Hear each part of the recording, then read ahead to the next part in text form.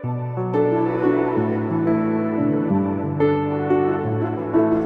guys, I'm here with Imani Higgins and Ryan Higgins. They are the founders of the I Love Me movement. I'm so excited to be here with them today because I actually just got off stage to motivate a lot of USC students, and I am feeling super excited and incredible inside. And I thought, you know what, I usually do interviews for my On Purpose segment that are a bit different, but today I just wanted to bring these two individuals to you guys so that you can find out a little more about them and about their movement. Imani and Ryan, thank you so much for being here today. Thank you for having us. Of course. So Imani, why don't you start us off by telling us just a bit about what the I Love Me movement is about?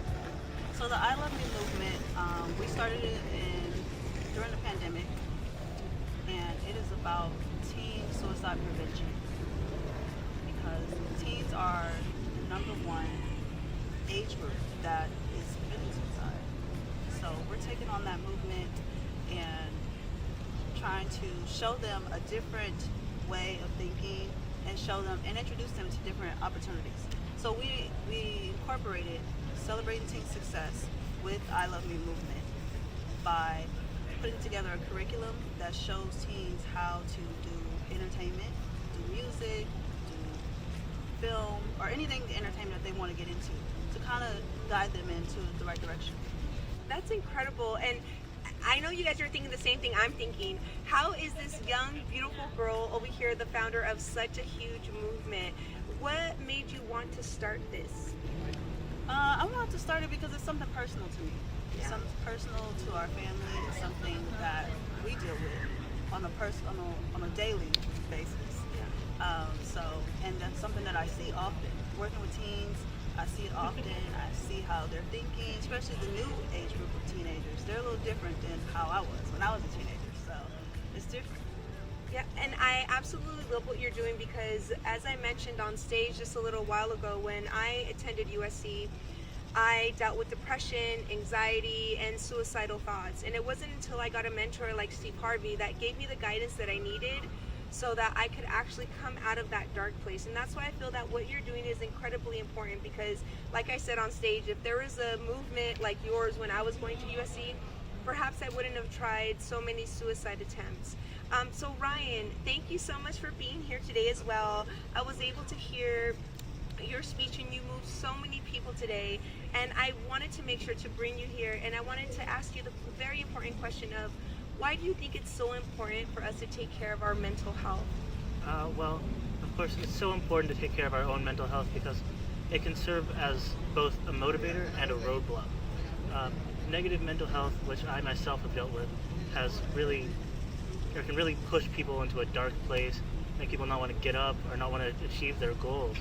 And as I was saying, in the past I've struggled with it myself.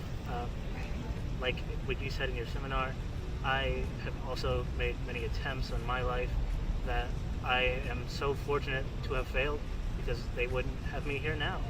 Speaking to all these people, speaking to you, and my family would be distraught.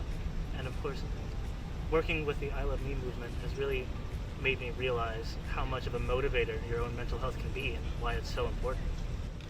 I think what you're saying is going to motivate so many people out there in TV world because it's true. It's what we deal with on a daily basis, and what I was mentioning to you in private when you so graciously came up to me and told me that my speech was great, and I deal with anxiety, I deal with depression, and so I come off stage thinking, did I do a good job? Am I gonna go to my room and just lock myself in there and think like, oh my god, I did so horrible? But with your wonderful, I call it review, you totally lifted my spirits, and I think that's another thing that you guys are bringing to campuses, which is being kind to others, being appreciative, telling others when they do a good job. That's so important. And so I just want to thank you so much from the bottom of my heart for coming up to me and saying those beautiful words because it's so important.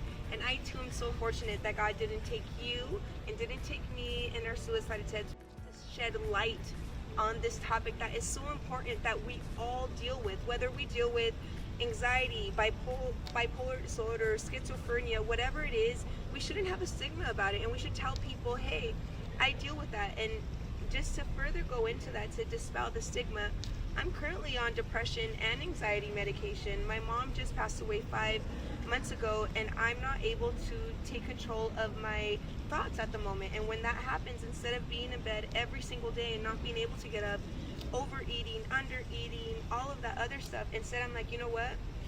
Let me do what I know works. Let me do prayer. Let me do meditation. Let me read some books. Let me get back into myself. Let me get back into God. And that is what brings me out. In addition to doing events like this and meeting people like you that are about this type of advocacy, do you mind, Imani, giving us 3 tips that you would give to people out there that are dealing with either depression, anxiety, or suicidal thoughts? What would you tell them today so that way they don't go through with those actions? The first tip I would say is mindfulness. Take a deep breath, get into meditation, and get into your thoughts. The second thing I would say is speak to someone. Come out of that shell. What would you think is the last tip? The last tip, of course, this is the biggest one to me, is don't be afraid to help or to get help. The stigma needs to be broken, and as small as you think you may be, or as maybe if you think you're worthless, you're not. Any little thing helps. Wow. Well, thank you guys so much for being here today. Where can they find out more about your I Love Me movement so that they could either be investors, sponsors, speakers, students who want to come out? How can they get in touch with you guys? They can get in touch with us through our Instagram, I Love Me Movement, and also our website, celebratingteensuccess.org. And we also have a tour coming up where we do our pop-up events for the I Love Me tour. We're going to different cities throughout America and hopefully international soon. So look forward for that for next year. Absolutely. From your lips to God's ears, and I know that it will happen because you are definitely doing God's work. Thank you both for being on Purpose today, and we are very excited to see what's up for you guys next. Thank you guys. Thank you. All right, back to you guys. I go anywhere with you, 'cause you fill my mind, or you fill my mind. We could build a dream, start up something new, and the world is on your shoulders, and you feel like falling over. Just let me in your head so I can be there for you, there for you. The night is young, won't you sing for me? Won't you sing for me? Till we fall asleep. The night is young, won't you sing for me? Won't you sing for me? Till we fall asleep. The night is young, won't you sing for me? Won't you sing for me? Till we fall asleep. The night is young, won't you sing for me? Won't you sing for me? We do it on repeat.